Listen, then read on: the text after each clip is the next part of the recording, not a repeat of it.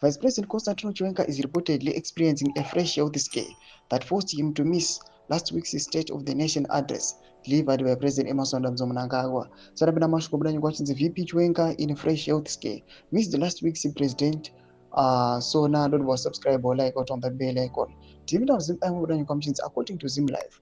Chiwenga had a doctor's appointment in South Africa on the day of the address. At 69 years old, Chiwenga's absence from the opening of the third session of the 10th Parliament was conspicuous. Vice President Kembo Mohadi attended in his place in a test response to a Zimlife inquiry. Presidential spokesperson Joe Charamba stated, the Vice President had a medical review in South Africa. Chiwenga is believed to have since returned to Zimbabwe. His last public engagement was on 25 October when he attended the 75th anniversary celebrations at St. Luke's Mission and St. Luke's Mission Hospital in Lupane, Matabeleland North, following a tour of development projects in Matabeleland South. His absence at such a key national event has sparked speculation about internal maneuvering within the ruling party. ZANU-PF reportedly allies of Mnangagwa, including influential businessman Kuda Kwashtagure, are said to be maneuvering to silence Chiwenga from the party and government, effectively eliminating him from the succession contest.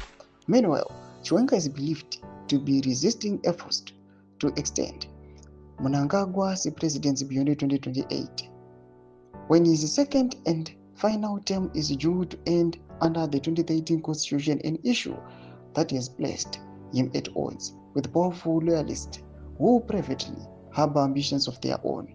Mnangagwa came to power in 2017 following the removal of long-time ruler Robert Mugabe. Chiwenga, then commander of the Zimbabwe Defense Forces, played a decisive role in the transition, making him a central figure in the new administration. Over the years, a succession contest has simmered within ZANU-PF.